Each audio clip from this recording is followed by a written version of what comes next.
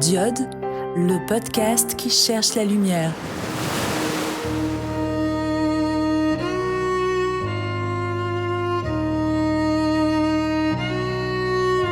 Bonjour à tous, bienvenue dans le 3e épisode de Diode. J'espère que vous allez tous bien, j'espère que vous êtes très heureux d'être ici. Moi je suis très heureuse de vous retrouver et d'autant plus heureuse que ce 3e épisode de Diode est un peu une nouveauté, on inaugure. Aujourd'hui, Diode, le podcast, accueille sa toute première invitée. Il s'agit d'une invitée particulière qui a un parcours magique, lumineux, un parcours glow. Elle va venir nous raconter tout ça dans une minute. On s'est installé chez moi pour papoter. On s'est servi un espèce de brunch déjeuner goûter, on sait pas trop. En tout cas, on s'est installé autour de la table. Donc peut-être que vous allez entendre quelques bruits de chaises ou de manipulation de couverts qui vont participer au charme de l'expérience. Prenez place du coup, installez-vous, soyez les bienvenus. Dans cet épisode, on va parler de foi, comme vous l'avez peut-être deviné en écoutant l'introduction musicale de cet épisode. C'est une chanson qui s'appelle Avec la foi, qui est tirée du dessin animé Le Prince d'Égypte et qui est aussi très connue pour avoir été chantée par Mariah Carey et Whitney Houston. Foi, mais également patience sont au programme de cet épisode et vous allez comprendre très très vite pourquoi en écoutant Lucie parler de ses expériences scéniques et d'une chanson qu'on a en commun qui nous a marqué, qui s'appelle Patience et foi. Patience et foi qui seront donc les deux maîtres mots de cette heure et 20 minutes à venir. Je vous dis ça après avoir fait le montage, où on va envisager la vie sous ces deux prismes. Puisque vous avez pris place à table avec nous, je vais continuer de vous mettre un petit peu l'eau à la bouche. Dans cet épisode, on va parler de nuit noire de l'âme, on va parler d'éveil spirituel, on va parler de s'accrocher à ses rêves pour tout faire pour devenir artiste, on va parler de dons qui se réveillent, on va parler de magnétisme et on va rire, on va vibrer, vous allez sentir les rayons du soleil en écoutant nos voix. En tout cas, c'est ce que j'espère et c'est le postulat de ce 3e épisode de Diode. Je vous souhaite la bienvenue et je souhaite également la bienvenue à mon invité. Plongeons tout de suite dans Diode. Un lieu de lumière, de beauté et de musique. C'est Diode, le podcast qui cherche la lumière.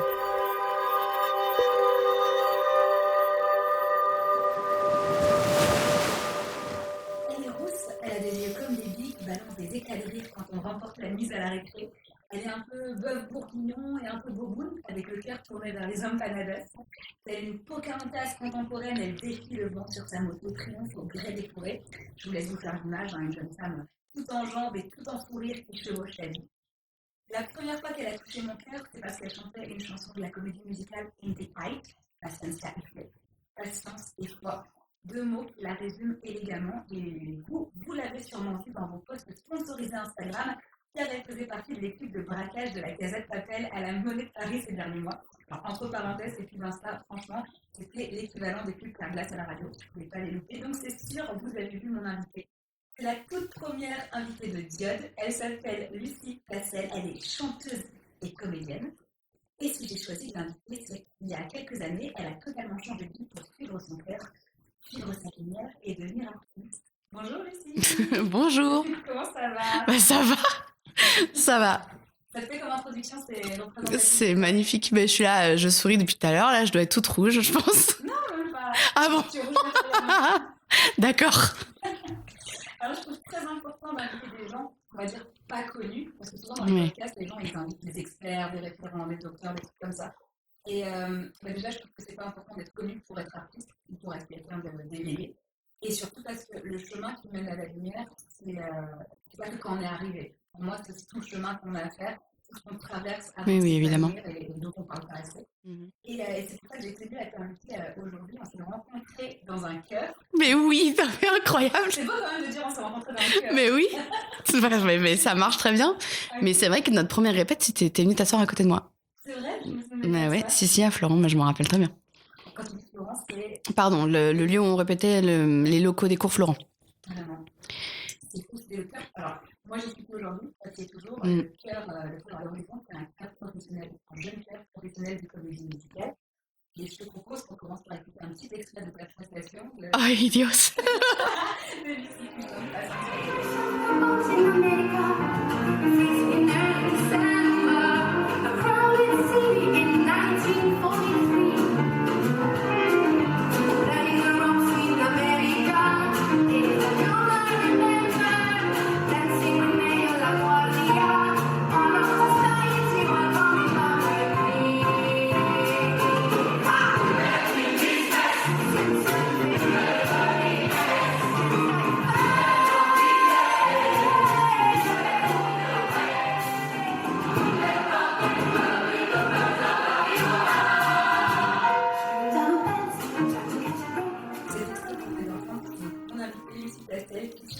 au concert d'hiver du Cœur à l'horizon, c'était à la salle Colonne, à Paris 13, en janvier dernier, Ouais, c'est ça, fin janvier. assez récent. Merci déjà pour ce beau cadeau qu'on Oh là là, avec plaisir. Comment tu t'es sentie quand tu étais sur scène à ce moment-là? Ça a été un stress, cette chanson. Ça a été un stress en amont, surtout. Si ça a été le stress, mais je me suis dit, en fait, j'ai pas le choix, là. J'ai pas le choix, il faut que j'y aille. Donc, j'y vais. Mais je me suis mise la pression toute seule, en fait, face à cette chanson, parce que... Toujours un souci de légitimité, en fait. Moi, je suis nouvelle dans ce chœur. Je suis arrivée à la rentrée et ça faisait 2 ans que j'espérais rentrer, intégrer ce chœur. J'avais raté les auditions il y a 2 ans et là, en fait, tout s'est bien goupillé, mais du coup, j'avais l'impression de pas être à la hauteur malgré tout, en fait. Et du coup, j'ai quand même voulu auditionner pour cette chanson et en fait, en me disant, bah voilà, au moins je la travaille et tout, même si ça marche pas ou quoi. Enfin voilà, je serais très contente. J'étais contente de la présenter, quoi. Et en fait, bah, j'ai été très contente de décrocher ce solo, mais c'est vrai que du coup, on m'a dit après coup, donc la chef de chœur m'a félicité pour ce solo et elle m'a dit, tu sais que c'était le solo le plus disputé cette année. Et en fait, c'est ça qui m'a fait me dire, oh là là, au secours, c'était le solo le plus disputé. Et en fait, je me sentais pas légitime, quoi. Je me suis dit, mais en fait, ils sont tous, ils lisent mieux la musique que moi, ils font tout un tas de trucs mieux que moi et c'est moi qui ai eu le solo. Est-ce que je le mérite vraiment? Ouais. Et voilà. Il y a plein de choses super intéressantes dans ce que tu viens de dire sur la question de la légitimité, Ah oui. sur la question de finalement à quel moment on peut se considérer assez pro pour être sur scène, pour avoir un solo, à quel moment on est un artiste par rapport à son niveau d'expertise ou à son niveau de ce qu'on donne avec son cœur, parce que moi je connais ton niveau et je pense que tu as largement le niveau pour le chanter, mais j'entends dans tes paroles que tu as peut-être plus l'impression d'avoir eu avec ton cœur qu'avec ton expertise. Oui, complètement. Ça, c'est tu vois. On va y revenir parce qu'il y a vraiment plein de Pas de soucis. Plein de choses que tu dis. La première question que j'ai envie de te poser, c'est toi aujourd'hui artiste, à quoi ça ressemble le quotidien d'une fille actuelle, artiste, comédienne, chanteuse? En tant qu'artiste, on sait qu'il faut constamment regarder les avis d'audition, les castings. Et en fait, moi, j'ai fait le choix d'une école de comédie musicale parce que je voulais pas. De base, ma dominante, c'est le chant. Mais je voulais pas avoir. Entre guillemets, je le voyais un peu comme m'enfermer dans un seul art.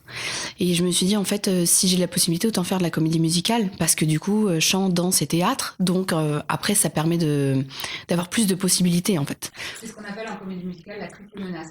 Ah oui? Tu savais pas? Non. On dit, les Américains, apparemment, Broadway, disent ça, quand tu as une triple menace, quand tu sais faire et du chant, et de la comédie, et de la danse. Ah, d'accord. C'est hyper intéressant. Bah ouais, complètement. Ah ouais, une menace, en fait, t'as 3 skills, t'as 3 compétences, donc tu déchires tout. Ah ok, bah non, alors je savais pas du tout. D'accord. Et donc du coup, bah là, depuis que je suis diplômée de mon école, donc depuis l'été dernier, en fait, au départ, je regardais très très régulièrement, donc du coup tous les avis d'audition, les castings, etc. Que ce soit dans l'audiovisuel, le cinéma ou aussi dans le théâtre ou dans le chant. Malheureusement, en ce qui concerne la comédie musicale, il y a pas, ça pleut pas en ce moment. En France? En France, oui, bien sûr. C'est pas forcément pareil dans les autres pays. Non. Mais il faut dire qu'en France, le paysage de la comédie musicale, il est déjà pas forcément bien réputé. Non, complètement pas. La comédie musicale en France, c'est pas la même chose que la comédie musicale à Broadway. C'est pas le même répertoire, c'est pas la même façon d'aborder les œuvres. Aux États-Unis, c'est très classe de faire de la comédie musicale. Et en France, on pense un peu au roi du monde, quoi. C'est ça, c'est complètement ça.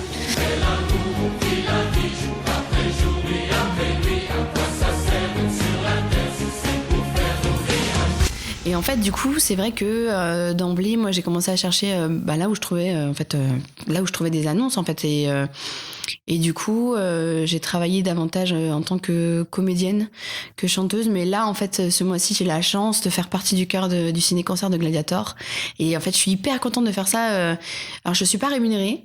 Donc, ce qui peut paraître complètement scandaleux. Enfin, non, ça paraît pas, ça l'est. En vrai, ça l'est. C'est scandaleux. C'est scandaleux. Parce que c'est une production américaine qui rémunère l'orchestre, mais pas les choristes. C'est scandaleux, mais c'est pas grave si je suis pas payée, en fait. Pour ce truc-là, je suis très contente de participer à ce truc-là. Et puis alors, ça vibre, ça plus que vivre, parce qu'on est, on a la chance de chanter la BO de Gladiator. C'est quand même un truc de ouf. C'est une musique super.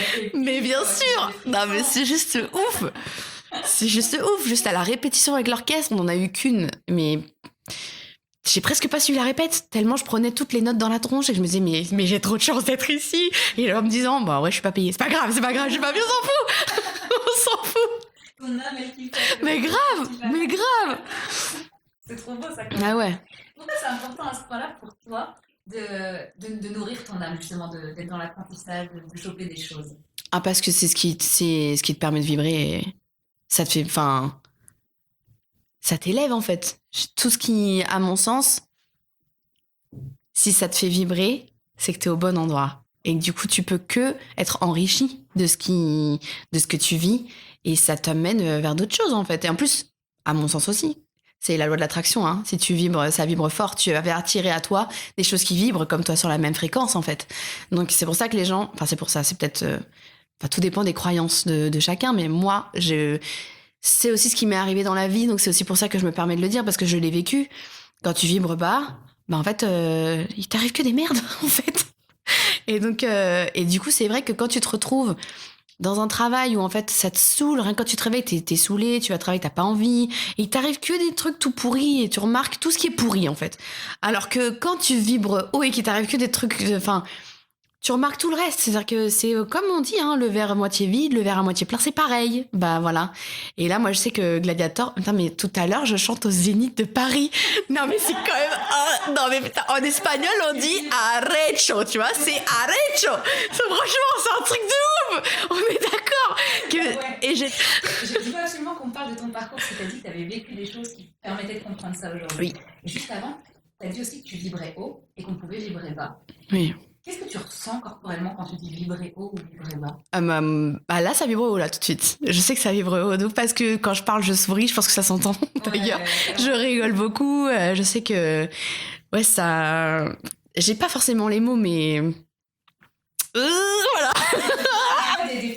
Ouais, ça rayonne, en fait, ça irradie, c'est ça. Ça irradie, ouais. Ça fait... Je peux pas, je viens de faire un geste, on s'en fout, les gens écoutent. Tu viens d'écarter les bras avec les doigts très ouverts. Ouais, très ouverts. ça se répand en fait. Ouais. C'est ça, je sais pas. C'est autour de toi, ça émane, et c'est là, Ouais. et ça, ouais, ça irradie en fait.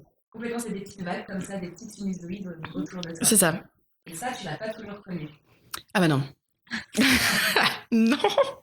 Et on en arrive exactement pourquoi je voulais t'inviter et pourquoi c'est hyper intéressant pour tous les gens qui sont pas encore bien dans leur vie et qui peut-être pourraient faire des choses ou voudraient aller vers quelque chose d'autre. J'ai vraiment très envie, je suis très reconnaissante que tu sois là pour apporter la pierre à l'édifice et ton témoignage de qu'est-ce qui s'est passé dans ta vie, c'était quoi ta vie avant de chanter aux Zénith, ton autre vie. Genre, on dirait que je fais ça tous les jours, tu sais. C'était quoi? Eh bien, avant de me reconvertir, en fait, j'ai été professeur des écoles. Donc, anciennement, on dirait...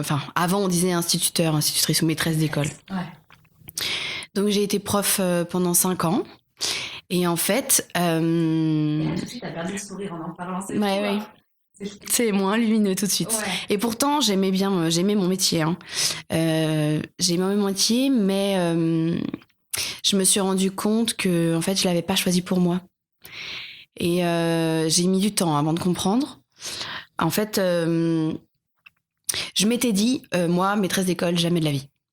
Et en fait, ce qui s'est passé, c'est que je me suis mise en couple, j'étais jeune, j'avais 17 ans. Et à cette époque-là, j'ai fait des études en STAPS, fac de sport. Donc j'ai eu un master STAPS. Et en fait, mon amoureux de l'époque, lui, il a fait une licence de droit et ça lui plaisait pas. Il a toujours voulu être prof et ses parents voulaient pas. Et en fait, une fois qu'il a eu fini sa licence, qu'il a fait en 5 ans, parce qu'en fait, il a lutté pour l'avoir parce qu'en fait, ça le saoulait. C'est comme ce qu'on disait tout à l'heure, hein, quand on fait un truc qui nous plaît pas, on n'a pas la niaque pour le faire. En fait, c'est pénible. Et donc, il a terminé sa licence et moi mon master, et c'est là qu'on s'est dit, allez, on passe le concours de prof. En fait, au début, on n'a qu'à faire ça. Et en fait, je me suis pas posé la question parce qu'en fait, avant ma reconversion, jamais je m'étais posé la question de quoi j'ai envie. Ah ouais, jamais. Jamais. Parce que je vivais à travers lui, en fait. À travers ton copain. Ouais, vraiment. Et du coup, je savais que lui, ça comptait pour lui. Et moi, en fait, ça me pesait d'avoir des gens autour de moi qui me disaient, mais tu vas faire quoi avec ton diplôme? Et je me disais, en fait, on peut faire plein de trucs avec le sport. Mais comme mon métier n'avait pas de nom, en fait, ça me mettait dans une insécurité où je me suis dit, mais en fait, tu vois, j'étais ni infirmière, médecin, architecte, ingénieur, tu vois. Il y avait exactement. Et en fait, ça me mettait dans un stress de, du coup, mon métier n'existe pas. Donc en fait, je suis pas reconnue. En fait, donc en fait, je flotte. Tu vois ce que je veux dire? Tu savais pas qui t'étais. Oui, enfin. La société savait pas qui t'étais. Ouais, il y avait un truc de. En plus, ce que j'étudiais. Donc je faisais de l'activité physique adaptée et je voulais faire de la réadaptation physique et nutritionnelle pour les personnes en surpoids. C'était hyper important pour la société. Et en fait, ouais, mais c'est très développé au Canada. Mais nous, ici en France, on n'était pas à l'époque, je sais pas où on en est là, mais à l'époque, c'était pas ouf à tel point que nous, pour trouver des stages, ils nous disaient à la fac, il faut en fait vous imposer et créer votre poste. Et moi, je me sentais pas capable de faire ça en fait. Je me disais, mais. En plus, un master, t'as 22 ans. Ouais, 23, ouais. Ouais, c'est un peu jeune encore. Voilà. Créer ton poste, peut-être. C'est ça. Et donc, du coup, quand s'est profilé ce truc de allez, on échoue, on passe le concours, je me suis dit, bah ouais, moi je vais. En fait, j'ai vu tout de suite le cadre, en fait. Le cadre, la sécurité, fonctionnaire de l'État, le salaire, régulier. Non, mais en fait, je me le suis pas dit tout de suite, mais comme on a acheté une maison, en fait, et donc on a vu, hein. On a vu, les banques ouvraient grand les portes, tenez, signez ici, pas de soucis, enfin, un délire, hein, un délire. Si tu gagnes 8 000 euros en tant qu'intermittent, tu n'auras pas de crédit, mais si tu gagnes 1 200 euros en tant que Mais oui. d'État, il n'y a pas de souci. Parce que sécurité de l'emploi, en fait. Ils savent très bien que quand on est en fonction publique, ton salaire, tu l'as à vie. Et donc, du coup, alors je saurais pas, enfin, j'ai eu une énorme intuition. En passant le concours, je savais que je l'aurais. Ouais. J'étais sûre que j'allais l'avoir, j'étais sûre qu'en plus que j'allais le cartonner. Et j'y étais en même temps, enfin, il n'y avait pas de doute, quoi. C'est une évidence. Ouais. Et c'est ce qui s'est passé. Et en fait, du coup, donc on l'a eu tous les deux, on a commencé à travailler. Et en fait, pour avoir un poste rapidement, un poste définitif, on a demandé à travailler en REP. Parce qu'en fait, quand t'es débutant, on te met pas en réseau d'éducation prioritaire, donc tu peux le demander. Mais de même, il t'affecte pas sur un poste REP. C'est des postes un peu difficiles, en fait. C'est ça, dans les écoles, dans les quartiers un peu craignos, ouais. Et donc du coup on a eu notre poste définitif très vite et c'est comme ça que du coup on s'est installé, on a acheté une maison, etc. Enfin voilà, on savait qu'on voulait se marier, enfin ma vie était réglée mais au millimètre. Il te manquait la kangou, la truc. Exactement. La vie la plus classique française. Complètement. Mais en fait je pense que je me posais pas la question de est-ce que c'est ce que je veux, parce que pour moi c'est c'est le modèle qui était renvoyé par tous, c'est ce qu'il faut pour être heureux. Donc du coup j'étais dedans en fait, j'avais le mec, j'avais la maison, j'avais le métier, j'avais la voiture, enfin tout roulait pour moi, j'allais vieillir et mourir avec lui, enfin sans problème. Sans problème. Sur des rails. Voilà, je me posais pas la question, ça allait tout droit quoi. Mais j'avais quand même ce truc je chantais depuis longtemps, en fait, je me suis mise à chanter devant un public grâce à lui. Parce que quand on s'est rencontrés, en fait, lui, il jouait de la guitare à la messe le dimanche matin. Au début, j'ai cru qu'il me racontait des bobards. Je me suis dit, il se fout de moi, le mec. Un jeune qui joue à la messe. Non, mais c'est ça. Ouais. Qui se lève le dimanche matin pour jouer de la guitare à la messe. Au pire, c'est que j'ai plein d'exemples dans mon entourage. Mais moi, pas du tout, parce que je suis pas issue d'une famille catho, en fait. Et donc, du coup, j'ai cru qu'il me disait n'importe quoi. Okay. Et en fait, non. Et donc, je me suis retrouvée à aller à la messe avec lui. Et puis, en fait, de fil en aiguille, je me suis retrouvée à chanter à l'église, alors que je suis pas du tout catho, hein. Donc, j'animais la messe et tout, ça me faisait marrer, voilà, c'était cool, ça me faisait chanter. Ça vibrait là-bas? C'était cool, en fait, ça me faisait chanter. Donc, du coup, moi, ça m'allait, et voilà. Et de fil en aiguille, on s'est retrouvés, en fait, on faisait partie d'un groupe de louanges, et on nous a appelés pour animer des rassemblements de plus en plus gros. Et j'ai été jusqu'en 2014. 2014, année où ça a été une année de ouf. 2014, année de mes 25 ans, année où on a signé pour la maison. Année où je me suis fait baptiser, parce que j'ai demandé le baptême, donc j'ai été baptisée à 25 ans. Et ouais, j'ai été baptisée 2 semaines avant mes 25 ans. C'était le 19 avril 2014 donc. Et en fait, la semaine avant mon baptême, j'ai chanté pour un énorme rassemblement catholique qui s'appelle le FRAT, qui se passe tous les ans. Et en fait, cette année-là, c'est alterné entre Lourdes et Jambeville. Et cette année-là, c'était à Lourdes. Et donc, j'ai chanté dans la basilique Saint-Pédis à Lourdes devant 10 000 personnes pendant 5 jours. Ça a été le plus gros truc que j'ai fait. Et à cette époque-là, j'étais prof, donc. Et c'était juste ouf. C'était juste ouf. Ça doit être monstrueux de chanter à Lourdes. Ah ouais. C'était ouf. Quelque chose de dingue. Et en fait, c'est suite à ça, je chantais donc voilà pour mon loisir, et je m'étais dit en fait, je voulais être chanteuse quand j'étais petite, mais les gens m'ont vite dit que c'est pas un métier. Ouais. Et donc du coup, je me suis dit OK, moi je veux être pilote d'hélicoptère. Et donc voilà, pilote d'hélicoptère. Donc j'ai passé les tests de l'armée de terre. Et en fait, comme il fallait que je sois inscrite dans le supérieur, je m'étais inscrite en STAPS en attendant les tests de l'armée de terre. Et en fait, à l'armée de terre, j'ai réussi toutes les épreuves. Et à la fin, le major qui m'a reçu m'a dit, en fait, votre dossier est super, mais d'après vos tests psychotechniques, vous êtes trop gentille et trop indulgente. Ça va le faire. Voilà. Et en plus de ça, une femme dans l'armée, nanana. Enfin, il m'a sorti tout le discours. Et moi, j'avais 18 ans. Et à ce moment-là, j'étais en STAPS, j'étais deuxième de ma promo, ça se passait très bien, donc je me suis dit, ok, je reste en STAPS. Et en fait, c'est à la fin de mon parcours en STAPS que je me suis dit, mais qu'est-ce que je fais là? Ah oui, voilà. Ah oui, c'est vrai, il y avait le truc des pilotes d'hélicoptère. Ah ouais. Et du coup, qu'est-ce que je fais maintenant? Ah non, je vais être prof, c'est pas grave. Et donc voilà. Mais en fait, une fois prof, je me suis dit, très bien, en fait, j'ai le bon compromis, parce que j'ai mon métier, j'ai ma sécurité, et je peux quand même chanter. Je serai jamais chanteuse pro, mais au moins, je peux quand même chanter en plus à côté. Et ça m'allait. Mais j'avais quand même ce truc de me dire, je sais que ça me taraudait quand même. Et En fait, tu suivais la vie, mais la vie, L'' AVIS, et la vie, LAVIE des autres. oui, complètement. Ah, moi, j'existais pas. Complètement. J'existais pas. Mais je m'en suis rendu compte quand, en fait, ce qui s'est passé, c'est que du coup, mon conjoint m'a quittée du jour au lendemain, après 10 ans de relation. Et donc, j'ai eu l'impression d'être amputée. Vraiment, j'avais l'impression d'être vidée de la moitié d'être privée de la moitié de moi-même. Et évidemment, j'ai pris les devants tout de suite et en fait, j'ai été chez une psy. En fait, j'avais peur de tomber en dépression. Et quand on a peur, en fait, on s'attire ses peurs. Donc, je suis tombée en dépression. Et en fait, j'ai compris quand les gens me disaient, mais c'est pas grave, lui, tu verras. Maintenant, tu peux faire ce que tu veux. Tu fais les choses que t'aimes, les choses qui te font du bien. Et je me suis dit, mais en fait, qu'est-ce que j'aime, en fait? Moi, j'aimais ce qu'il aime, lui. J'aimais bien faire ce qu'il aimait faire, lui. En fait, je le suivais, lui. Et en fait, j'ai épousé tout ce qu'il était et tout ce qu'il aimait. Et tout, j'étais une copie conforme de ce qu'il voulait que je sois, même s'il m'a jamais rien demandé. Hein. Mais c'est moi qui ai fait ça toute seule. Mais donc, du coup, j'allais plus travailler. Et en fait, parce que dépression. Et c'est là, en fait, que je me suis dit, mais pourquoi j'arrive pas à aller à l'école alors que c'est facile? J'ai 8 minutes de voiture, j'ai les clés de l'école, je connais mon travail, je connais mes élèves, je sais ce que j'ai à faire. J'arrivais pas. C'était impossible. En plus, tu dis ça en tant qu'adulte et que prof, mais j'imagine qu'il y a plein d'enfants qui vont à l'école aussi qui se disent la même chose. Pourquoi j'arrive pas à aller à l'école? Ah ouais. Pourquoi j'arrive pas à rentrer dans le moule, dans ce chemin? Ouais, ça m'étonnerait pas. Ouais.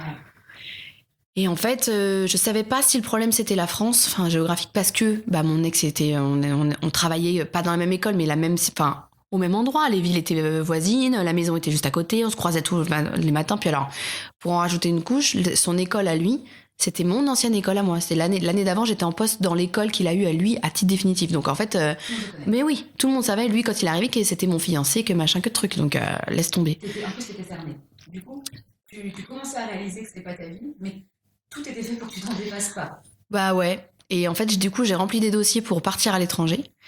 Moi, le seul endroit où je me sentais bien sur la planète, c'était au Venezuela. Malgré le fait que ce soit un pays en dictature, en fait, c'était le Venezuela. Il n'y avait pas de doute. Et donc, j'ai envoyé un dossier là-bas. Il y avait un poste de libre au lycée français de Caracas. Et je me suis dit, il est pour moi. C'est sûr, il est pour moi. Et en fait, non. Et en fait, non. Et je me suis dit, mais c'est pas possible. Il y a personne veut y aller. C'est trop dangereux comme pays. Personne veut y aller. Et ils m'ont dit non. Donc, j'ai rempli d'autres dossiers. Et j'ai décroché un poste au lycée français de Saigon, au Vietnam. Et donc, moi, voilà, mon papa est franco-vietnamien. Et en fait, je me suis dit, parfait. C'était mon deuxième vœu. C'est parfait. J'ai accepté le poste. Et le ministère a refusé ma disponibilité. Donc, j'ai pas pu y aller. C'est non, tu restes. Voilà. C'est non, en fait. C'est maintenant, c'est là. Et je savais, en plus que, voilà. Il m'a fallu ça pour me dire, en fait, oui, c'était une fuite. C'était plus facile d'avoir mon ex à 10 000 km qu'à 2. Donc, clairement, c'était une fuite. Mais donc, du coup... Ouais, mais du coup, j'avais quand même ce doute de me dire, en fait, cette expérience, c'était pour moi en avoir le cœur net de, est-ce que le problème, c'est la France ou est-ce que le problème, c'est le métier? Et en partant, je me suis dit, moi, je verrai. Si j'arrive à exercer mon métier dans un autre pays, j'aurai ma réponse. Mais si j'y arrive pas, je vais être coincée. Mais du coup, j'ai pas passé aucun des deux. Voilà. Et en fait, c'est ce qui s'est passé. C'est que du coup, voyant que j'étais coincée à me dire, en fait, je suis condamnée à retourner dans mon école, j'y arriverai pas.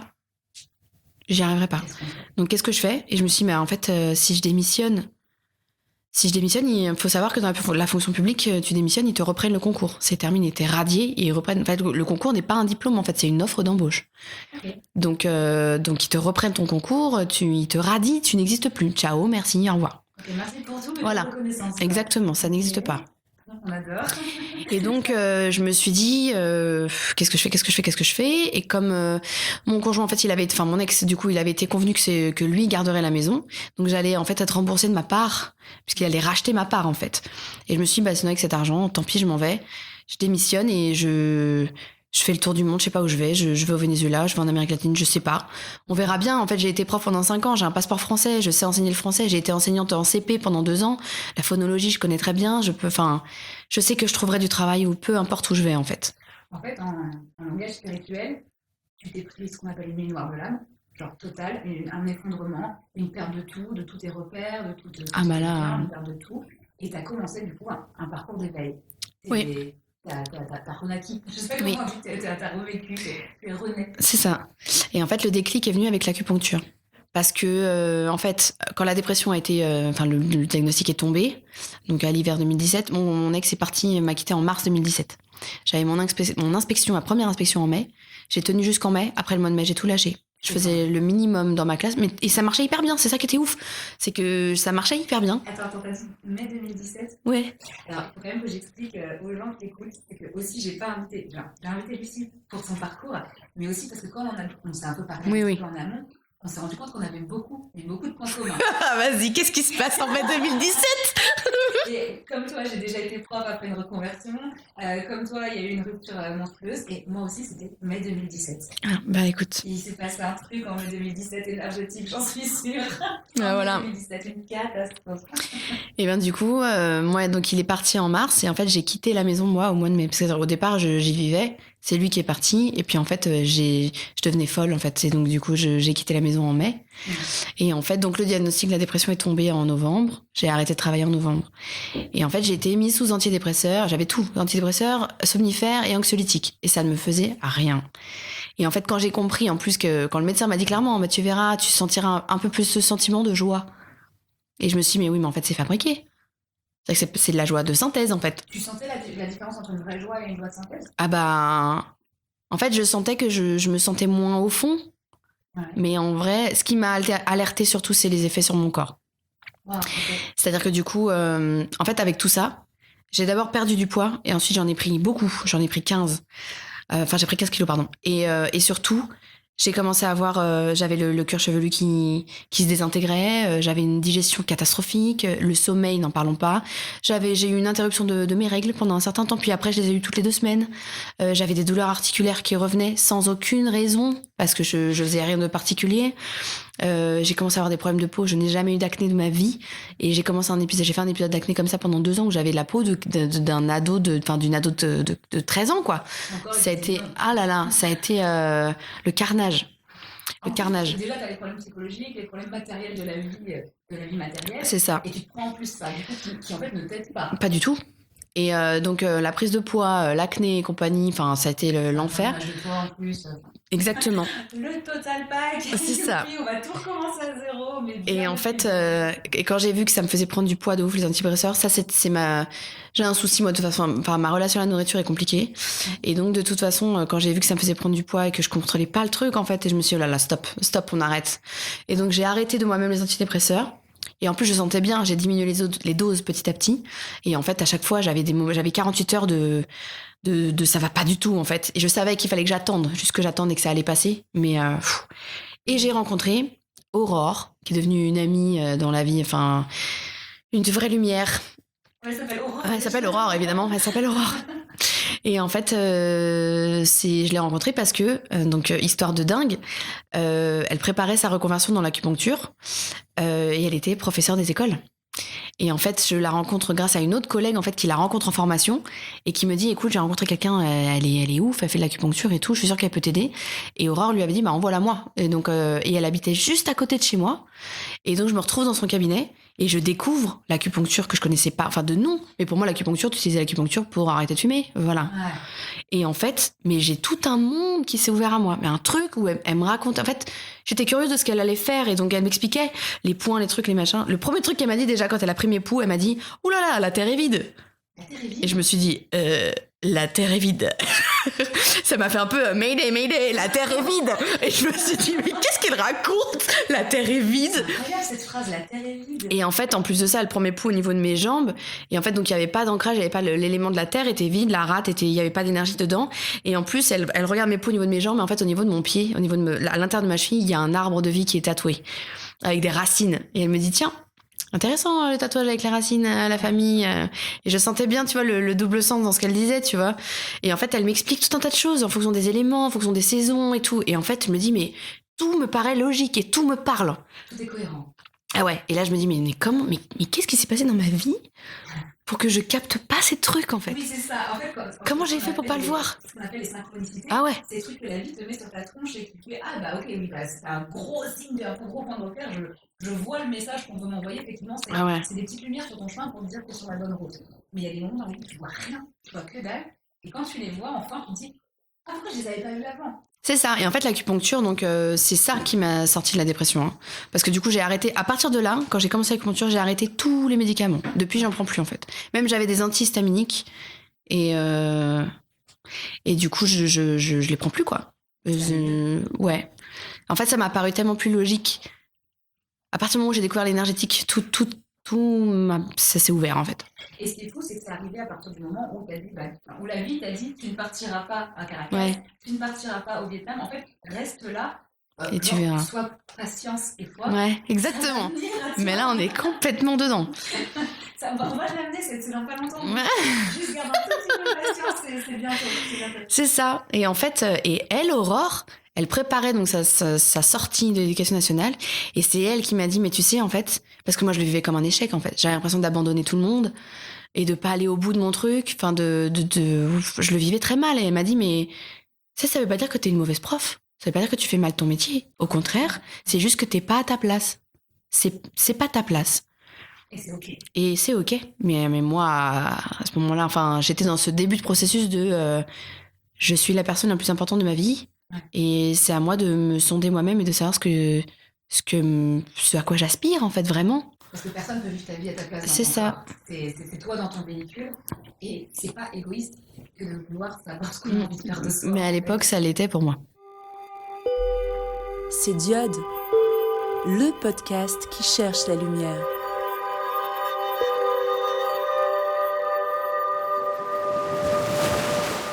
Et alors Lucie, après tous ces événements compliqués, qu'est-ce qui t'a remis dans la joie? Qu'est-ce qui a fait en fait que tu as voulu entrer dans un parcours artistique? J'ai ma première prof de comédie musicale qui me tag sur un concours de chant à Paris. Et mon amie qui s'appelle Quỳnh Châu, elle est vietnamienne. Voilà, et pareil, elle a été mise sur mon chemin. Après le décès de ma grand-mère, j'avais peur de perdre toutes mes racines vietnamiennes et elle est arrivée, elle a pris la continuité, quoi. C'est, voilà, l'univers. Voilà. Et donc, Quỳnh Châu était avec moi et elle me dit, mais voilà, vas-y, fais-le ce concours. Tu dis que t'as l'impression d'avoir plein d'appels partout, mais peut-être qu'elle est là, la réponse. Et je lui dis, non, mais j'ai jamais pris de cours de chant. Quỳnh Châu, je vais pas aller, je vais me ridiculiser à ce concours à Paris. Elle me dit, écoute, si t'y vas pas, c'est moi qui t'inscris. Ok. Et donc je me retrouve à faire ce concours et en fait j'arrive parmi les finalistes. Et je me dis mais c'est pas possible. C'est pas possible. Ils ont dû se tromper. Et donc histoire, on a fait le même concours. Voilà, pareil, en synchronicité, truc de ouf. Pas la même année, voilà. C'est le même concours et pareil, finaliste, ouvrons les portes des comédies. Non mais et donc de là je me dis ok. Ben en fait en voyant que je me suis projetée dans et si je gagnais. Il y avait une année de comédie musicale à gagner en fait, une année dans une école. Et je me suis dit, et si je gagnais, mais bien sûr que j'y vais. Bien sûr que je le fais en fait.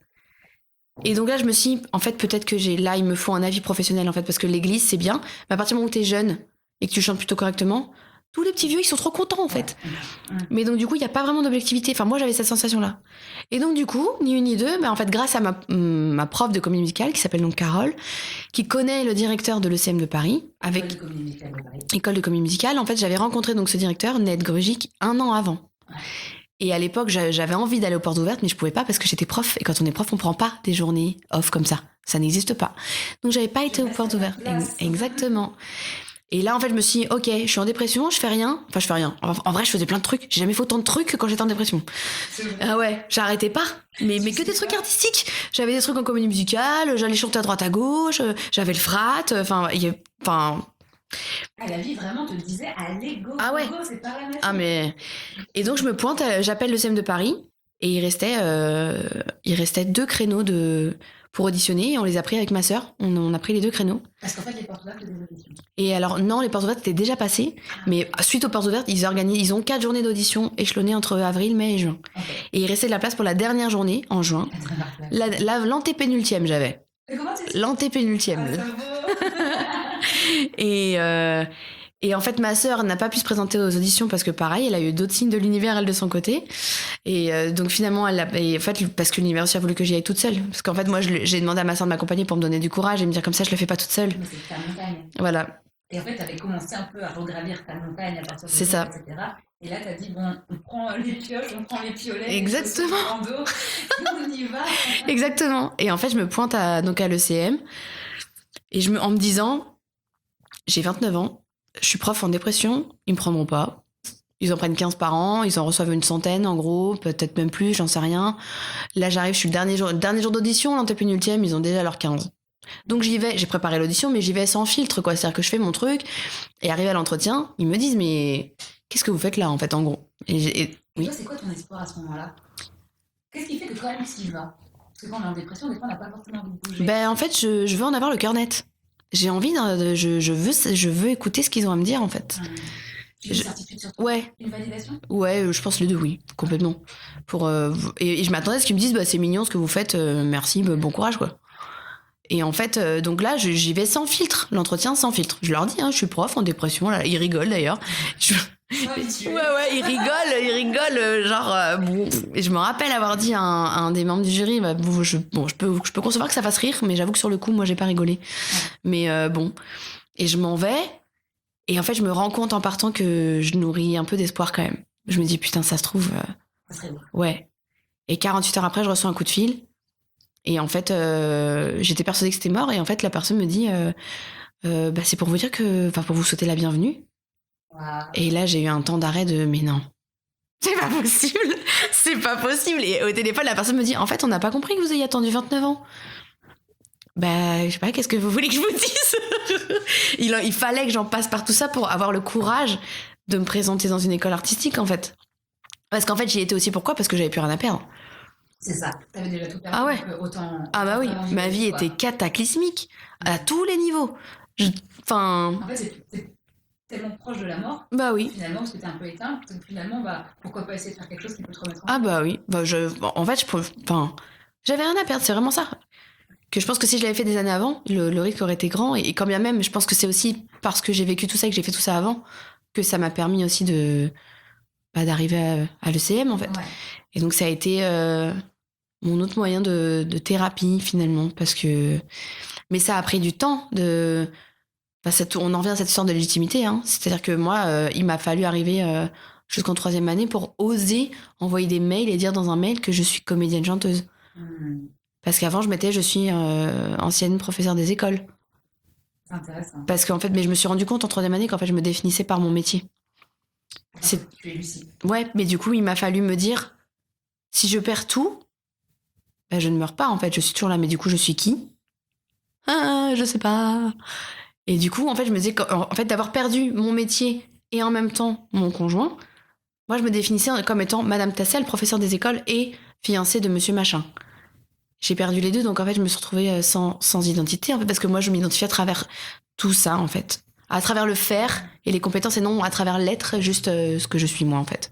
Et ce qui est drôle, c'est qu'en plus, t'as quand même un prénom symbolique, parce que Lucie, c'est le prénom de la première femme, et il n'y a aucun moment où tu t'es dit, je suis la première femme de quelque chose, je suis moi-même. Non, parce que j'ai jamais fait le parallèle avec ça, parce que pour moi, Lucie, je le relie à la lumière. Ah. Et mais c'est vrai, mais oui. C'est pas toi non plus, ça va avec. Hein. Finalement, aujourd'hui, maintenant, on le sait. Donc voilà. C'est intéressant d'inviter Lucie, la lumière, dans un podcast qui s'appelle Diode. Ça a du sens. Je suis ravie d'inaugurer. C'est cohérent.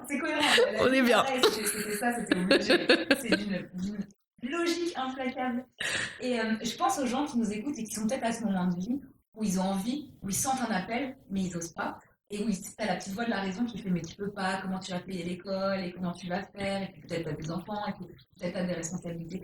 Toi, ça s'est passé comment? Parce que du coup, t'as quitté ton job pour te lancer dans 3 ans dans une formation. Il y a quand même ce côté matériel à prendre en compte qui peut faire peur à beaucoup de gens. Complètement. Bah, en fait, l'univers m'a pas laissé le choix. C'est-à-dire que moi, au départ, quand l'école m'a dit oui, je me suis dit, oh là là, ok, là, je suis toujours prof, qu'est-ce que je fais? Et en fait, je me suis dit, je vais attendre à nouveau le mois de janvier, parce qu'en fait, en janvier, c'est le moment où on demande les disponibilités. Il n'y a que ce créneau-là, ça se passe en janvier. Disponibilité, ça veut dire que tu te mets off. Ouais, c'est-à-dire que du coup, il te radie pas, mais t'es off, t'es comme gelé, on pourrait dire, je sais pas. Et donc, je me suis dit, bah, je vais faire prolonger mes arrêts jusqu'en janvier. Je vais commencer le CM comme ça, en tsum-tsum, personne ne saura rien. Et puis, arrivé en janvier, je referai ma demande. Et comme ça, en fait, je continuerai de percevoir mon salaire, même si c'était un demi-salaire à l'époque. Enfin, voilà, quoi. Et j'attendais aussi une réponse parce que j'avais droit au congé longue maladie, normalement, étant en dépression. Okay. Et en fait, je décroche le CM de Paris en juin. Je pars au Venezuela juillet-août. Je rentre du Venezuela et j'avais un courrier qui me disait nous vous avons refusé le congé longue maladie. Vous êtes prié de revenir en classe dès demain. Et là, je me suis dit, oh là là, oh là là, oh là là, je savais même pas quelle classe j'étais censée avoir. Moi, en fait, j'étais déjà ailleurs, en fait. Et donc, j'ai fait reprolonger mon arrêt. Et je me suis dit, bon, bah maintenant, on verra. Donc, j'ai pas le congé en maladie, donc j'aurai pas de salaire complet, rien. C'est pas grave. On verra. La vie voulait te tester encore. En mode, on va vérifier quelque chose vraiment. Et en fait, c'est ça. Et puis, je me suis dit, en fait, je vais aller à l'ECM avec ce filet. Je voulais absolument aller à l'ECM avec ce filet de sécurité en me disant, si jamais ça se passe mal, j'ai toujours cette possibilité de retourner en classe. On sait jamais. Et en fait, c'est en ça que je dis que l'univers en a décidé autrement, c'est que, en fait, je reçois à ce moment-là un ami du Venezuela, qui vient en France, que j'ai pas vu depuis 4 ans, que je pensais pas revoir de ma vie. Et en fait, je lui fais visiter Paris, et on va à Notre-Dame de Paris. Et je sors de Notre-Dame et je reçois un appel de l'académie qui me dit, Madame Tassel, en fait, vous pouvez pas rester dans cette situation, donc soit vous démissionnez, soit vous revenez en classe. Comme vous n'avez pas eu le congé en maladie, officiellement vous n'êtes pas malade. Donc soit vous revenez, soit vous partez. Toujours la bienveillance de l'éducation. Voilà. Et donc là, je me dis, ok. En sortant de Notre-Dame. Ouais. C'est beau. Il me rappelle, j'étais sur le parvis, je venais de passer la porte. Et en fait, le soir même, je rédige la lettre. J'arrive pas à la poster. J'espère pendant 3 jours, je la vois sur ma table et je me dis, wow, quelqu'un va la poster pour moi. Je vivais toute seule. Hein. Donc voilà. Et je finis par aller la poster. Je me rappelle, c'était un lundi. Et en fait, quand j'ai lâché la lettre dans la boîte, je pense que je m'oublierai jamais. Je me suis dit, oh, ça y est, qu'est-ce que j'ai fait? Mon Dieu, qu'est-ce que j'ai fait? Pourquoi j'ai fait ça? J'en ai pleuré toute la soirée. Et le mercredi qui suivait, j'avais rendez-vous chez le notaire pour qu'on signe pour la maison. J'ai rendu les clés. J'ai récupéré ma part. Et le lundi de la semaine suivante, c'était la rentrée à l'ECM. Donc j'arrivais à l'ECM sans filet, en fait. C'est-à-dire qu'officiellement, le tournant avait été pris quelques jours avant, parce que plus le travail, plus la maison, plus le mec, plus rien, en fait. Là, c'était terminé de ma vie d'avant, c'en était fini. Et j'arrivais à l'ECM de Paris, et avec tout le monde qui était hyper pumpé up. Ouais, trop bien, l'ECM, trop content. Ça va, Lulu? Alors, en fait, pas du tout. Mais je faisais hyper bonne figure, tu vois. Mais à l'intérieur, c'était Tchernobyl. Je me disais, mais mon Dieu, là, ça y est, en fait. Et j'avais plus le choix. C'est-à-dire qu'une fois à l'ECM, j'avais plus le choix de me dire, là, j'ai pas de filet, en fait. Donc, il faut y aller et il faut que ça marche. J'ai pas d'autre possibilité. Et en fait, je me suis rendu compte après, au bout de 2 ans là-bas, que finalement, je m'étais aménagé quand même mes filets, moi. Parce que je m'étais gardé quand même, j'avais créé un compte sur superprof.com, j'avais continué à donner des petits cours à droite à gauche en me disant, au cas où, je garde mon plan B. Jusqu'à ce que je me rende compte qu'en fait, quand on se crée des au cas où, on se programme à l'échec, en fait. C'est-à-dire qu'on ne s'octroie pas le droit de réussir. On se dit, ok, potentiellement je vais échouer, autant avoir un plan B. Sauf qu'en fait, à partir du moment où je l'ai vu comme une passoire énergétique, où je me suis dit, en fait, je suis en train de me créer des trous, et je me crée mes propres fuites énergétiques, et en fait, il faut que je condense mon énergie, que je garde tout, pour un seul et même objectif, en fait. Donc j'ai supprimé le compte Superprof, j'ai arrêté de donner des cours, je me suis dit, en fait, ça y est, je suis plus prof, c'est terminé. Voilà, c'est pas ça, en fait. Et c'est à partir de là où j'ai postulé en disant, je suis comédienne chanteuse, c'est mon métier, en fait. Point. Mais ça a pris un certain temps. Et c'est vrai que là, maintenant, si on m'avait dit, il y a quelques années, par rapport aux finances que tu demandais et tout, j'aurais pris peur et je l'aurais pas fait. Et c'est pour ça que je pense que si les personnes qui nous écoutent, en fait, si à partir du moment où on se sent animé d'un truc et où le premier frein c'est l'argent, il faut passer outre parce qu'on sait jamais en fait ce qui peut arriver. Typiquement, hein, l'ami du Venezuela dont je parlais, qui s'appelle Darwin, je vais vous donner son exemple parce que c'est énorme. Il a fui le Venezuela 2016 pour l'Argentine. En Argentine, il s'est établi pendant 2 ans, il a eu l'opportunité de venir en France. Il arrive en France en 2018, il parle pas un mot de français. Il arrive avec 1 500 €, il fait une école, ce qu'on appelle une école de vie, de discernement. Il savait pas trop quoi faire en fait de sa vie. Et il s'est rendu compte avec cette école de discernement qu'en fait son truc, c'était les arts. Et moi, en fait, il est arrivé en France au moment où moi je rentrais à l'ECM. Et donc du coup, pendant l'année, il m'a dit en fait ce que tu fais, c'est ça que j'ai envie de faire. Et je lui ai dit viens aux portes ouvertes. Il est venu aux portes ouvertes, il est venu à l'audition, il a été pris. Il avait pas de quoi payer l'école du tout. Mais en fait, le fait est que du coup, ils l'ont pris quand même, en prenant le risque que peut-être il paierait pas l'école, peut-être. Et en fait, finalement, il est en 3e année à l'ECM, il sera diplômé en juillet. Voilà, en fait, si lui s'était dit d'emblée, j'ai pas les moyens, déjà, il serait même pas parti du Venezuela, en fait. Il serait toujours dans la pauvreté là-bas. Et finalement, ça s'est ouvert et c'est hyper fluide. Et c'est en ça que je dis, moi, bien sûr, si on m'avait dit il y a 3 ans, 4 ans, attention, en fait, terminer la sécurité, terminer l'argent, etc., je l'aurais pas fait. Financièrement, j'ai jamais été aussi pauvre que maintenant. Mais dans mon cœur, j'ai jamais été aussi riche, évidemment. Évidemment. Et finalement, l'univers, à travers l'exemple de ton ami Darwin, mais toi aussi, il y a un peu des cadeaux quand même, en fait. Ouais, c'est que des cadeaux. En fait, c'est c'est peut-être pas l'abondance financière pour l'instant, ça va venir certainement après, mais t'inquiète pas, on te back up. Ouais. Ose lâcher prise, ose lâcher les petits grappins que tu mets sur le mur. On va te back upper, tu auras le minimum pour poursuivre ta route. C'est ce que l'univers en général essaye. C'est ça, mais des fois c'est difficile. J'ai des moments où ça retombe. Tu vois, quand on parlait de vibration tout à l'heure, c'est un peu ça. Ouais. Des fois, quand ça retombe, il faut que je sorte un peu les rames pour me dire en fait, juste, paciencia, il fait quoi. C'est vraiment ça, parce que faut faire confiance. Il faut faire confiance parce que sinon on tombe dans le contrôle et dans la peur et du coup tout se crispe. Il y a rien qui s'ouvre et ça vibre bas. Vous n'osez pas emprunter le droit chemin qui mène à la lumière. Ma foi. Il ne tient qu'à vous de m'en laisser explorer une partie. Et c'est là que j'ai découvert la foi. La ruine est un cadeau. La ruine, c'est la voie de la transformation.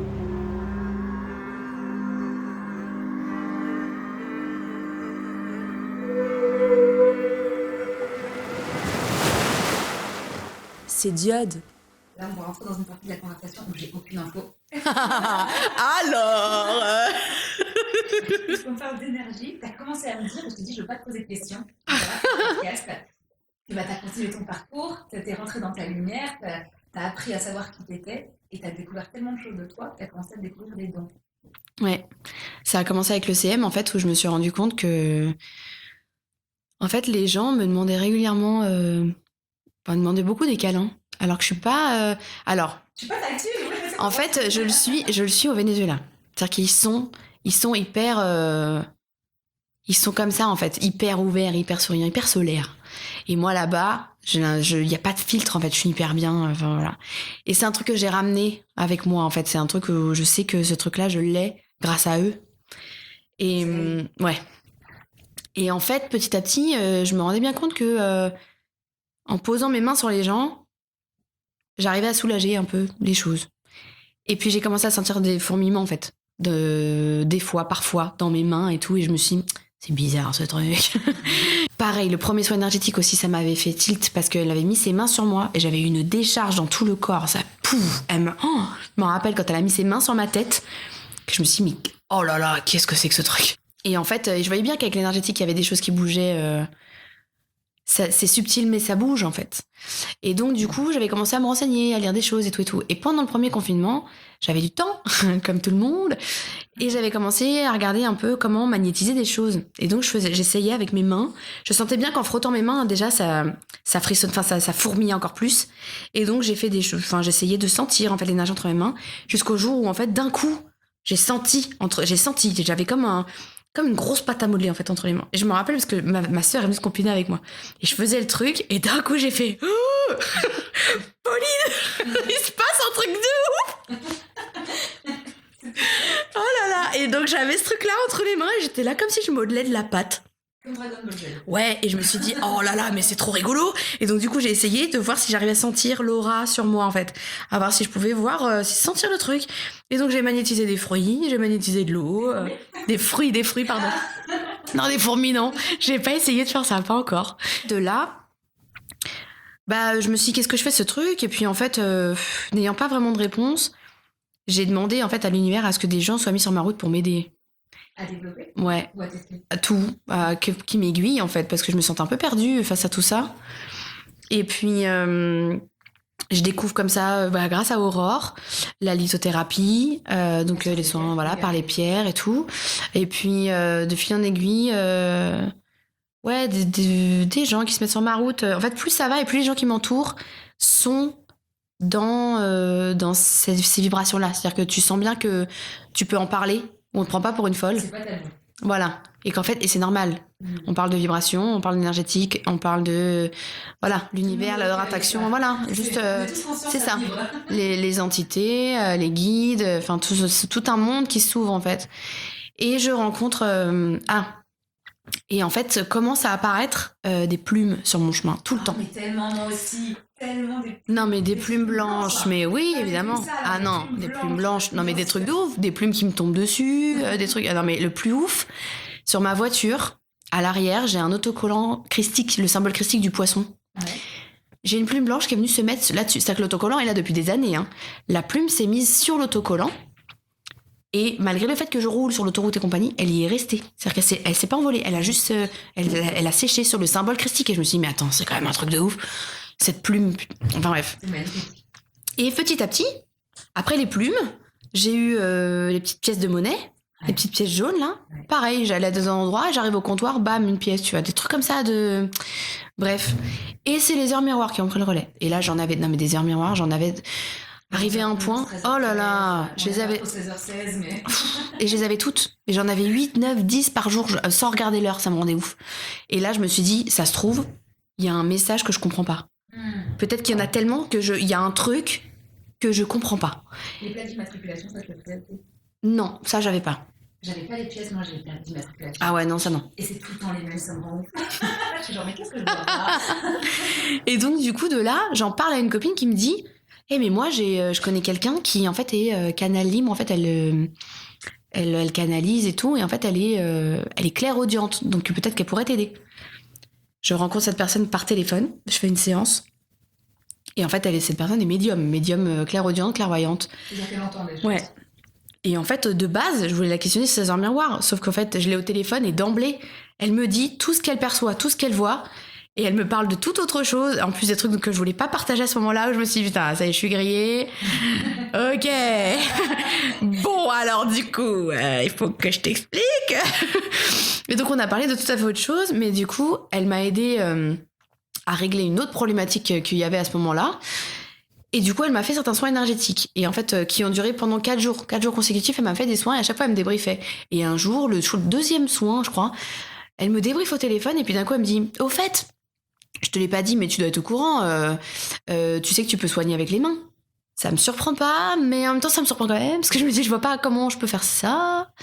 Personne m'a donné un diplôme. Voilà, en fait, c'est ça. C'est le pouvoir du diplôme, c'est fou, hein. La légitimité que ça te donne, soi-disant. Ouais. Non, mais c'est dingue.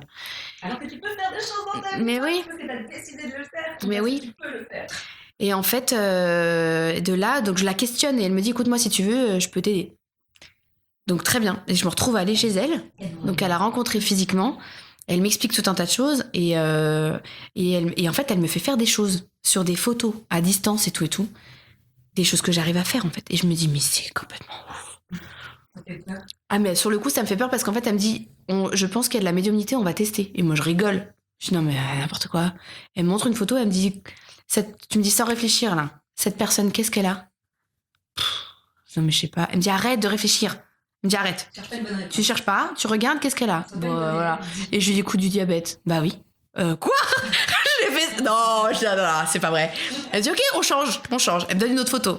Combien d'enfants? 3. Ok. Et qu'est-ce qu'elle a? Alzheimer. Parkinson. Ou les deux. Et en fait, on a fait ça avec plein de photos. Et la dernière photo, je me retrouve à dire, bah la dame, voilà, elle a un problème avec son mari. Son fils, il fait du foot, mais il s'est blessé à la cheville. Du coup, c'est compliqué. Enfin, non mais... Ah oui, tu rentres dans le détail en plus. Un truc de ouf. À tel point que je me suis dit, je lui dis, non, mais c'est toi. T'es en train de m'aider, tu vois. Elle me dit, non. Elle me dit, je savais, je m'en doutais. Il y a de la médiumnité. Mais ça, par contre, tu vois, je me considère comme un bébé. Comme bébé, tout ça. Parce qu'en fait, ça, c'est récent. Ça date du mois de mai de l'année dernière. Hein. elle m'a poussée à ouvrir un compte Instagram de magnétiseuse. Et donc, en fait, j'ai eu mes premières patientes, dirons-nous, enfin clientes, au mois de juin, que j'ai soigné à distance. Un genou, une épaule et tout. Et quand les filles, elles me disaient « Ah, je me sens... c'est bon, j'ai plus mal. » Et je me disais « Mais c'est un truc de ouf. » Que je soignais sur photo et un mois avant, mais jamais de la vie, j'aurais fait ça. Jamais de la vie. Et du coup, pendant l'été et... à la rentrée, on a eu d'autres spectacles avec l'école et en fait, j'ai soulagé des estomacs, des douleurs articulaires, des cordes vocales, des trucs... J'ai un peu moins travaillé à distance, mais... Et en fait, elle me disait, mon amie en question, elle m'a dit, en fait, il faut pas que tu doutes, parce que si tu doutes... Parce que le don, tu l'as, en fait. Je te le dis, tu le sais, tu l'as, mais si tu doutes, ça marchera pas. Mais elle me dit, par contre, avoir un don comme ça, c'est un cadeau, donc si tu t'en sers pas, ça sert à rien. Voilà. Le postulat du podcast, c'est de dire que les artistes rentrent dans leur lumière scénique quand ils sont rentrés dans leur lumière spirituelle. Quand ils se sont connus eux-mêmes pour être suffisamment être mis en lumière. Est-ce que toi, du coup, j'imagine que oui, ouais, on est complètement là-dedans. mais c'est un travail continu. Là, tu vois, en ce moment, je suis en train de lire Les 5 blessures. Voilà, parce que j'arrête pas. Enfin, ça, c'est pareil. Ça fait des mois que j'entends parler du livre. Un livre, mince, c'est quoi ? La clé de votre énergie. De Natacha Calestrémé. On m'en a parlé de personnes qui se connaissent pas entre elles. Hein. Donc évidemment, au bout de la 3e personne, je me dis bon, il y a un truc avec ce livre. Ok, c'est bon les gars, j'ai compris le message. C'est genre j'arrive chez quelqu'un et le livre est sur la table, tu vois, des trucs. Voilà. Donc je me procure le livre, mais je n'arrive pas à l'ouvrir. Et je sais, j'avais déjà entendu parler du livre des 5 blessures là. Et je me retrouve chez une amie et je le vois dans sa bibliothèque. Et je dis est-ce que tu peux me le prêter, s'il te plaît ? J'arrête pas d'entendre parler. Elle me dit pas de souci. Elle me le laisse, tu vois. Mais je ne l'ouvre pas. Parce que du coup, je suis un peu une gogolle. C'est peut-être pas le bon moment. Non, mais voilà, bref. Et donc, et on me renvoie quand même des signes en permanence sur ce livre des clés de l'énergie, tu vois. Je finis par l'ouvrir. Et dans la préface, l'auteur parle des 5 blessures de l'âme, tu vois. Et je me dis, bon, ok. Donc, je vais aller lire les 5 blessures de l'âme, et après, je lirai la clé de votre énergie. Et en fait, il me perturbe énormément. Parce que elle dit bien que on est tous porteurs des 5 blessures à plus ou moins forte dose, dirons-nous. T'as une dominante, mais t'as forcément les autres. C'est ça. Et en fait... Les 5 blessures, pour les gens qui connaissent pas, c'est la blessure d'abandon, la blessure de rejet, la blessure de humiliation, trahison... Et injustice. Exactement. Et en fait, elle dit, attention, parce que souvent, c'est les blessures auxquelles on pense le moins qui sont les plus présentes, en fait. C'est les plus marquées parce que l'ego nous joue des tours, en fait, et ne veut pas qu'on affronte cette blessure-là parce que ça fait mal. Plus ça va, plus je le lis, et plus je me reconnais dans toutes les blessures, en fait. Et je me dis, à chaque page, putain, mais ça, c'est complètement moi. Ah, mais ça, c'est encore plus moi. Ah, alors là, n'en parlons pas. J'analyse un peu tout ce que je fais. Et les gens qui sont autour de moi, parce qu'en fait, elle dit dans son bouquin que l'âme choisit la famille dans laquelle elle s'incarne et les parents, en fait, parce qu'il y a des blessures à travailler, il y a des choses à régler. Et en fait, c'est pareil pour l'entourage. C'est-à-dire que tous les gens qui croisent notre chemin, c'est jamais pour rien parce qu'il y a des choses à apprendre, mais il y a aussi des choses à guérir. On te challenge pour te faire bosser. C'est ça. Et en fait, du coup, là, j'en suis à analyser tout ce qui m'entoure, de me dire, oh là là, oh là là, parce que moi, je suis hyper cérébrale, parce que blessure d'injustice, blessure de trahison, de ouf. Et en fait, on est beaucoup dans le contrôle et tout. Enfin, bon. Et humiliation aussi. Enfin, bref. Et rejet. Voilà. Mais dans l'ordre, je dirais qu'on est surtout... j'en suis à la dernière, l'injustice. Mais de ce que j'ai lu, humiliation et trahison. Non, je sais bien. Mais ça te fait du bien, du coup, de le lire et de comprendre. Alors oui, mais du coup, j'en suis à me dire, maintenant, qu'est-ce que je fais ? Tu vois, comment je fais ? Qu'est-ce que je fais avec ça ? Tu vois, Et bien en fait, c'est exactement la question que je voulais te poser. Je te propose. Super ! Alors du coup... T'as eu ta formation artistique, t'as eu ta nuit noire, t'as eu ton éveil, t'as eu ta formation artistique, t'as tes dons qui se sont révélés. Qu'est-ce qui te reste à faire matériellement et spirituellement ? Alors, je vais commencer par le spirituel parce que le spirituel, c'est très... Enfin, ça a une part importante dans ma vie, évidemment. Tout a commencé avec l'église et la louange. Et je sais que quand je chante des chants spirituels, c'est pas pareil que chanter de la comédie musicale. Ça vibre pas pareil. Les deux font vibrer, hein, mais c'est différent. Parce qu'il y a un truc... Quand c'est spirituel, il y a un truc de... je suis instrument de... Et je sais que je fais ça pour aider les gens à prier. Je suis instrument d'eux, en fait. Les gens viennent pas pour moi, tu vois. Il ouais. viennent pas pour ton ego. Ouais. Et en fait, c'est vrai que je rêve d'un voyage initiatique. Je le demande à l'univers. Je pense que ça arrivera. Mais je veux pas avoir en fait à le prévoir, à me dire, ok, là, à telle date, je vais le faire. Je vais pas, parce que je veux que ça arrive. Tu sais, comme on me dirait, hey, je vais faire tel voyage, viens. Ouais. Bah vas-y. Genre, à ce moment-là, je fais rien. Tout s'ouvre, on y va, go. Les meilleures soirées sont toujours les soirées. Exactement. Les meilleurs voyages sont les voyages. C'est ça. Et en fait, et j'aimerais évidemment développer mes dons. Je sais que, bon alors l'Amérique latine, le lien, pendant des années, je me suis dit, ouais, c'est ouf. Le Venezuela, c'est ouf. Et en fait, l'année dernière, je me suis dit, ça ne peut être qu'une vie antérieure. Ça peut être que ça. Et en fait, c'est ça. Enfin, j'ai eu ma réponse, je le sais. C'est pas possible autrement. Je me sens chez moi quand je vais là-bas. Je me sens proche d'eux. J'ai appris la langue. Je parlais déjà un peu espagnol, mais c'était ma LV2, quoi. Ouais. Et là, ça s'est fluidifié en un rien de temps. Acculturation hyper rapide, tout, quoi. Voilà. Bah, bon, oui, on pourrait dire, mais je sais qu'il y a un truc avec l'Amérique latine. Je sais que quand je parle espagnol, ça explose. Ça expanse ? Ah ouais. Mais d'ailleurs, mon directeur à l'école, il m'avait dit, je devrais te faire travailler en espagnol parce qu'en fait, tu te transformes quand tu parles espagnol. Ça n'a rien à voir. C'est beaucoup plus... ça prend une dimension carrément autre. C'est fou. Et d'ailleurs, toi qui es chanteuse, la semaine dernière, j'ai pareil, encore un espagnol, j'ai eu un coaching et je travaille le twang. On fait du twang, voilà ça, le hey, mes tomates, c'est ça. Et ma prof me dit, tu sais quoi, on va le travailler en espagnol pour voir. Oh là là. Mais la puissance du truc, j'étais choquée moi-même. Mais bien sûr. Et je me suis dit, mais c'est ouf. C'est ouf. Non, mais ça m'a fait un effet. Je me suis dit, mais incroyable. Et ça t'a fait vibrer. Ah bah oui. Mais du coup, je sais pas, spirituellement, en plus, il se passe plein de choses. Enfin, en Amérique latine, il y a des lieux sacrés qui sont à très haute fréquence vibratoire et tout. Et je sais que je finirai par y aller, hein. Je sais pas quand, mais il va y avoir, et il le faut, enfin, spirituellement, de toute façon, ça nourrit le cœur, hein, la spiritualité, hein. Donc, c'est important de garder cette connexion toujours. Mais on aurait tendance à croire que c'est l'extérieur, alors qu'en fait, c'est juste une connexion à soi, parce que, en fait, quand on dit que Dieu est en chacun de nous, on est, enfin, bon, les cathos seraient pas très contents, mais on est notre propre Dieu, enfin, Dieu est en chacun de nous, parce qu'en fait, c'est nous, c'est notre lumière intérieure. C'est quand ça vibre que du coup ça irradie et que du coup ça impacte tout le reste et que c'est lumineux et voilà quoi, donc Avec toi. donc voilà. Et après matériellement pour l'instant j'ai un toit et tout, mais c'est pas stable du tout, mais parce que pas l'intermittence, mais en même temps l'intermittence ça m'énerve. Mais en même temps, si on laisse de côté toute la partie financière, ouais. Quand tu as réussi à faire à l'entrée de l'école, tout ce que tu as appris, tout ce que tu as acquis, tout ce que tu as développé, tu vois ça comment pour l'avenir? Tu penses que ça va te servir à quoi? Qu'est-ce que tu peux en faire pour les autres? Pour les autres? Et pour toi, je ne sais pas. Bah non, mais même c'est...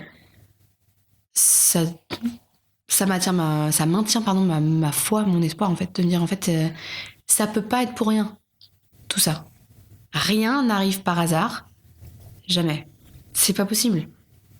Et j'en ai plein des exemples autour de moi, autres que ma propre expérience, hein. Mais il suffit de voir notre rencontre à toutes les deux, hein. Enfin, voilà, pour tout, c'est pareil. Et donc je me dis, en fait, tout s'ouvre quand on est au bon endroit. S'il faut forcer, c'est que c'est pas le bon chemin. Donc là, tant que c'est fluide, go, en fait. Et du jour où ça le sera plus, je me poserai la question de... ok, et ça, c'est des choses que j'ai appris là ces dernières années. C'est-à-dire que, évidemment, que je continue de travailler le lâcher-prise et la légitimité, la confiance en moi, et l'image de moi, surtout quand t'es artiste, de faire la part des choses entre quand on te dit non, c'est pas non personnellement, c'est non à ton artiste que tu proposes, et c'est pas parce que t'es mauvais, mais c'est parce que ça te va pas avec le projet. C'est un travail, hein, ça peut coûter, hein, à certains ça peut être difficile de recevoir un non. D'où l'importance d'être spirituel à côté, peut-être. Ouais. Ça, peut-être que ça aide. Et puis je me dis maintenant, ok, la reconversion est faite, mais il y a aussi des choses, je me dis, je sais que je pourrais travailler, je pourrais faire n'importe quoi. Je peux tout apprendre. Il n'y a pas de problème. Tout c'est ouvert. Mais ouais, mais en fait... Qu'est-ce que tu veux? Bah oui, c'est ça. Je vais pas aller là où j'ai pas envie. Je pourrais, hein, là, aller postuler n'importe où, en restauration, je sais pas où, pour me dire, bah voilà, il me faut de l'argent. Mais en fait, autant faire quelque chose qui me nourrissent moi, même si pour l'instant c'est pas ce à quoi j'aspire pour ma vie évidemment, mais autant que ça reste dans mon domaine de compétences, ce pourquoi je me suis reconvertie, ce pourquoi il y a eu autant d'investissements, que ce soit financier ou personnel, enfin tu vois, d'énergie quoi. Donc Est-ce qu'aujourd'hui, tu dirais que tu es libre? on a eu tout un débat avec mes amis au Venezuela sur la liberté. Et d'ailleurs, parce que pour moi la liberté, c'était faire ce que tu veux quand tu veux. Ouais. C'est souvent ce que les gens disent. Et en fait, donc là-bas au Venezuela, j'ai beaucoup d'amis qui sont prêtres. Et donc, faut savoir que prêtres ou séminaristes, du coup. Et en fait, ils ont un solide bagage en philosophie dans leur formation, tous. Et en fait, j'ai un de mes amis prêtres qui m'a dit, tu sais, Lulu, la liberté, en fait, c'est de pas avoir d'attache. Alors, je vais expliquer. Alors, je l'ai traduit en attache, mais en fait, en espagnol, ils disent apegos. De pas avoir d'apegos. C'est qu'en fait, un exemple pour que tu comprennes ce que c'est qu'un apego, si tu peux pas sortir sans ton téléphone, bah du coup, en fait, t'es esclave de ton téléphone. Donc, t'as un apego avec le téléphone. Ouais. Pareil, si t'arrives pas à sortir sans être maquillée, t'es dépendant de ton maquillage, en fait. Donc, du coup, tu crées des petits liens comme ça, de dépendance, dirons-nous, qui entravent ta liberté, finalement. Et du coup, ça m'a fait complètement changer d'avis par rapport à cette histoire de liberté. Je me suis dit, en fait, c'est pas... Parce que tu fais ce que tu veux quand tu veux, d'accord. Mais si t'as absolument besoin d'une voiture, si t'as absolument besoin d'être accompagné, si t'as absolument besoin de... Je sais pas ce que tu veux... En fait, t'es pas vraiment libre, du coup. T'es tiré vers le bas. Enfin, tu vois, tu les as, toutes tes chaînes, et t'es coincé, quoi. Que du coup, si tu fais sauter ces trucs-là, elle est là, en fait, la liberté. C'est de te rendre compte de où sont les apegos et de les faire sauter, quoi. Je suis libre, oui et non. Parce que tu vois, quelque chose qui me tient à cœur depuis très longtemps et que maintenant que tu connais mon parcours, tu le sais, j'ai envie de vivre une expérience à l'étranger. Et je sais que si on devait me dire, si je meurs demain, qu'est-ce que tu regretterais, ce serait mon regret. Mais j'ai peur de lâcher ce que j'ai ici, en fait. Voilà. Et donc, ça passe par mes affaires, mon appartement, ma voiture. Alors qu'en fait, ce sont des objets. Enfin, ce que je veux dire, c'est que est-ce qu'ils méritent que je me prive de quelque chose de peut-être plus grand, plus riche? Je sais pas ce que je trouve, mais l'inconnu fait toujours peur. Et puis, en fait, de me dire... Tu vois, dès que je me mets à penser comme ça, j'ai toujours ouais, mais c'est pas mal ta vie ici. Ouais, mais t'as comme tout ce qui commence par oui, mais de toute façon, ça pue. On est d'accord, hein, ça pue. Voilà, donc oui, mais et avant de quitter l'éducation nationale, c'était ça. Ouais, mais tes élèves, ils sont mignons. Oui, mais... Bah oui. Et en fait, je me dis, qu'est-ce que je perds vraiment, en fait, face à ce que je pourrais gagner, que je sais pas, mais quoi qu'il arrive, je vais gagner quelque chose. Et l'enrichissement va être tel que, même pour moi, je vais grandir, je vais voyager, je vais rencontrer d'autres gens.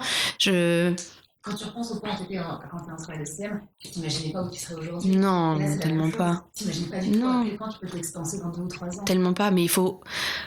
En fait, il y a la peur qui te paralyse et il y a la peur qui te fait sauter, en fait. Qui te fait te dire, en fait, allez, on y va, parce que au moins la peur... Après, au moins, voilà, stop. Et en fait, là, j'en suis à travailler sur ces apégos, de me dire, il faut que je fasse sauter... Faut pas que je me freine, parce qu'en fait... Avoir des regrets, c'est horrible. Parce qu'on peut rien faire. Quand on a des regrets, c'est terminé, en fait. Ce qui est fou, c'est que la peur est là, mais je mets les choses en place. Parce que j'ai commencé à vendre des trucs, j'ai mis des annonces, j'ai commencé à chercher, je prospecte. Je continue de prospecter, même en me disant « T'es trop nul, tu n'y arriveras pas. » Ou « Pourquoi tu fais ça ? Enfin, tu seras pas à la hauteur, arrête. » Et je me dis « Mais fuck you, oh, laisse-moi tranquille !» Le même schéma, c'est ouf. Ah ouais. Mais le plus dur, je crois, c'est de le passer une fois. Parce qu'une fois que tu l'as passé une fois, ton schéma, c'est plus facile de le repasser une deuxième fois et ça va être de plus en plus petit. Ouais. En fait, c'est un vortex à l'envers jusqu'à ce que tu l'aies complètement annulé. Ah ouais. Et ça, c'est merveilleux. Et ce qui est très drôle, c'est que, en fait, là, toute ma démarche, la démarche dont je fais par là, j'ai eu exactement la même il y a 3 ans. C'est-à-dire que quand il a fallu, quand j'étais en dépression, de me dire, en fait, il faut que je m'en aille, je vais faire le tour du monde. Ouais, mais je vais aller où ? Donc peut-être que c'est pas ça. Bon, du coup, il me faut un point de chute. Qu'est-ce que j'ai comme point de chute ? Et en fait, finalement, j'ai osé m'avouer à moi-même que mon rêve, c'était cette école de comédie musicale, en fait. Et là, du coup, ça a été pareil de me dire, ok, maintenant, J'aimerais bien voyager, je fais le tour du monde, je sais pas, je vais dans un pays, je vais où, qu'est-ce que je fais? J'ai pas de point de chute, pareil. Et je me suis dit, mais en fait, je rêve de New York. Je sais. Juste, je me suis toujours dit, non mais New York, meuf, t'es trop vieille et tu seras pas à la hauteur. On parle de New York, de Broadway, de tout ça, qu'est-ce que tu vas aller faire là-bas, tu vois? Et en fait, je me suis dit, mais qui a dit ça? Moi, je me le suis dit à moi-même. Mais qui m'a dit, t'es trop vieille, t'es trop nulle? Personne. Et je me suis dit, en fait, ça y est, basta. Les limites comme ça qu'on s'impose tout seul, c'est bon, salut, on n'a pas le temps. Et donc, je me suis dit, en fait, fuck, je vais le tenter, je vais envoyer mes trucs, et au moins, si ça marche pas, au moins je l'aurais tenté. Je pourrais pas me dire, oh, j'ai été bête, j'aurais dû, hein. Voilà. Et tu sais quoi, on va prendre un engagement. Oh my god! Oui. C'est hyper symbolique. C'est la première invitée du podcast qui représente la lumière. C'est arrivé à un point de ton parcours qui est incroyable. Et là, t'es là à te dire, je poste la lettre ou je poste pas la lettre. Ouais. New York ou pas New York. On se refait une session dans un an. Ah, Du podcast et tu seras à New York dans un an. Putain! Quel jour on est? On est le 17. On est le 17 mars officiellement. Oh là là. D'accord. Tu seras déjà parti à New York. On chèque bien, chèque. Très bien, madame. Oh mon Dieu. J'adore. Ce genre de promesse, ça y est, je suis foutue. Je suis obligée. Go, mettre tes rêves. On va se quitter bientôt, c'est la fin du podcast. Est-ce que Lucie, t'as envie de chanter pour terminer ce podcast? Oui, on peut chanter. Qu'est-ce que t'as envie de chanter? Je crois que je vais faire une chanson de louange, si c'est possible. Avec plaisir. Ouais, voilà, on va faire ça alors. Tu veux de la musique? Oui, on peut. En instrumental, il faudrait que je trouve ça. Attends, bouge pas.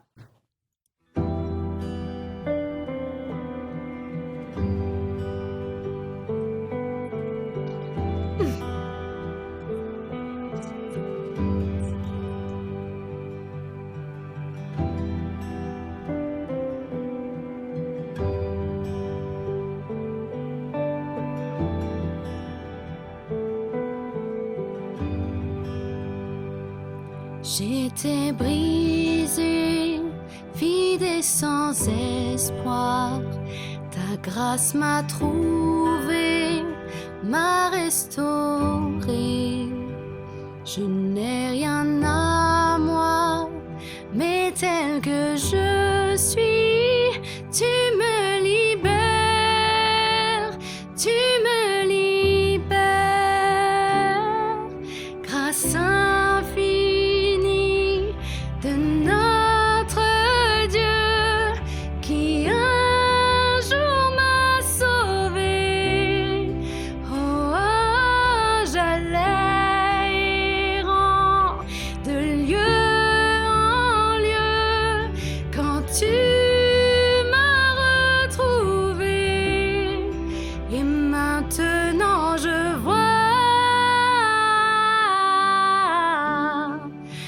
vois l'amour, la grâce dans tes yeux, donnant ta vie pour moi, me ramenant de la mort à la vie.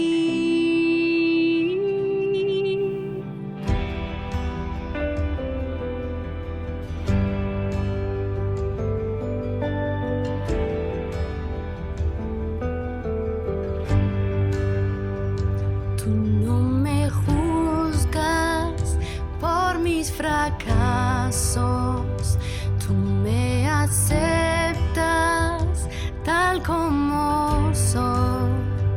Toma mi vida como vasijas para mostrar tu gloria en mí. Sublime gracia del Señor que a un pecador salvó. Oh, oh, fui ciego, mas hoy veo yo, perdido y Él me halló. Ahora puedo ver, oh, puedo ver sus ojos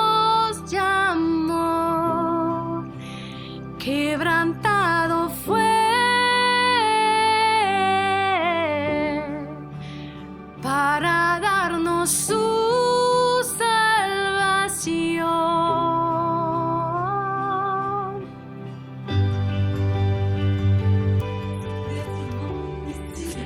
De rien.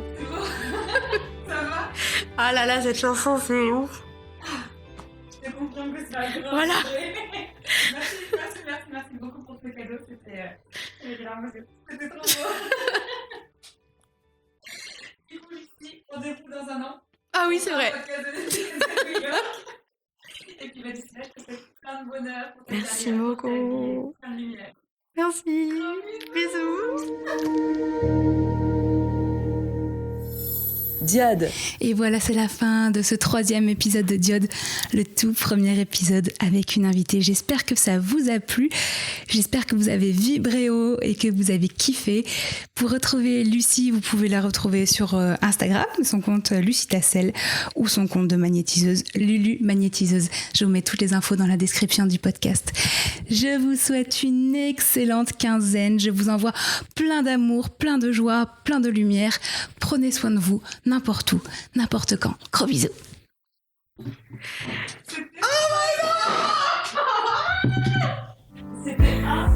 Look to the left, look to the right. Nothing can stop me in the night. Like I am leaving all the bad stuff